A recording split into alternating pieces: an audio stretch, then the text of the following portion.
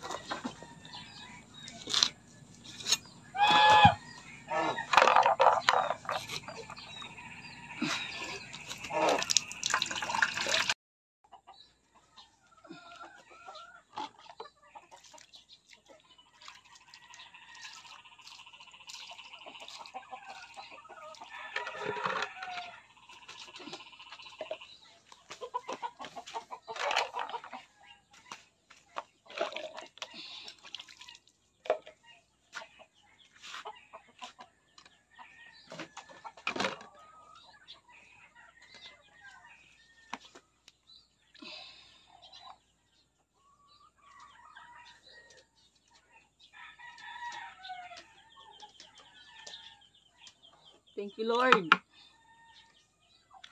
Good morning. Good morning po sa inyong lahat. At happy Mother's Day sa lahat ng ating mga magulang. Sa ating mga mami, nanay, ina. Good morning po sa inyong lahat. At happy Mother's Day po sa inyong lahat. Dito lang yan para makain pa na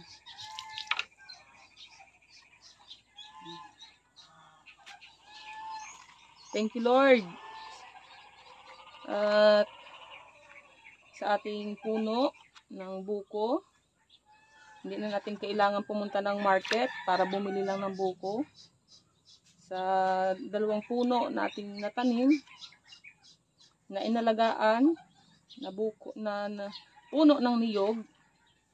Yan, tayo nagpapasalamat kasi hindi na natin kailangan magbili ng buko sa palengke, di ba? Sa palengke guys, yung juice pa lang ha. 25 na. Halos kakonting lamang buko lang ang iyong matitikman sa 25. Tapos yun ay hindi mo alam kung anong nilahok doon. Ito ay puro sabaw ng buko at walang halong tubig.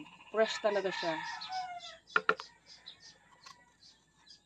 Tayo ay magpapadala din kay Tita Marilo Pakalapan para may mahigop-higop sila doon na fresh na buko.